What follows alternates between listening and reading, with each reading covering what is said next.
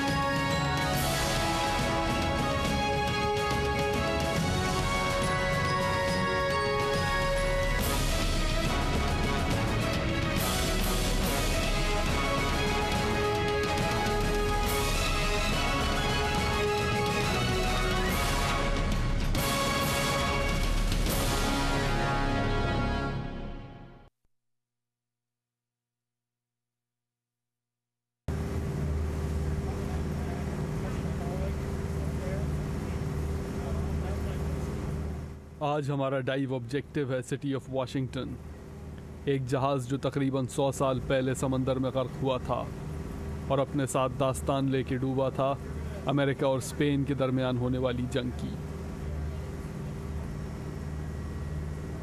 इस जंग के बारे में आज बहुत कम लोग जानते हैं, क्योंकि ना तो इस पर बहुत ज़्यादा फिल्में बनी और ना ही कोई मशहूर नावल लिखे गए।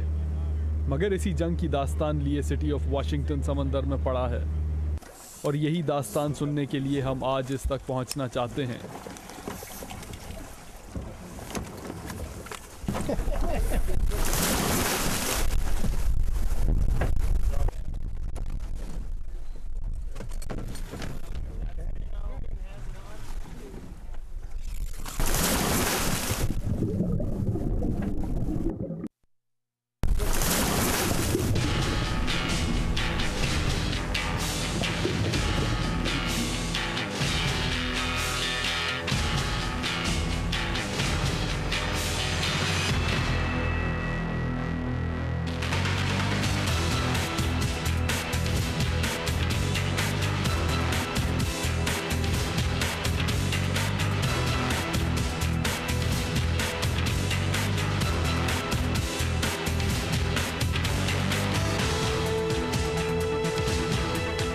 समंदर में थोड़ी ही दूर चलने के बाद हमें जहाज का ये टूटा हुआ हिस्सा मिला।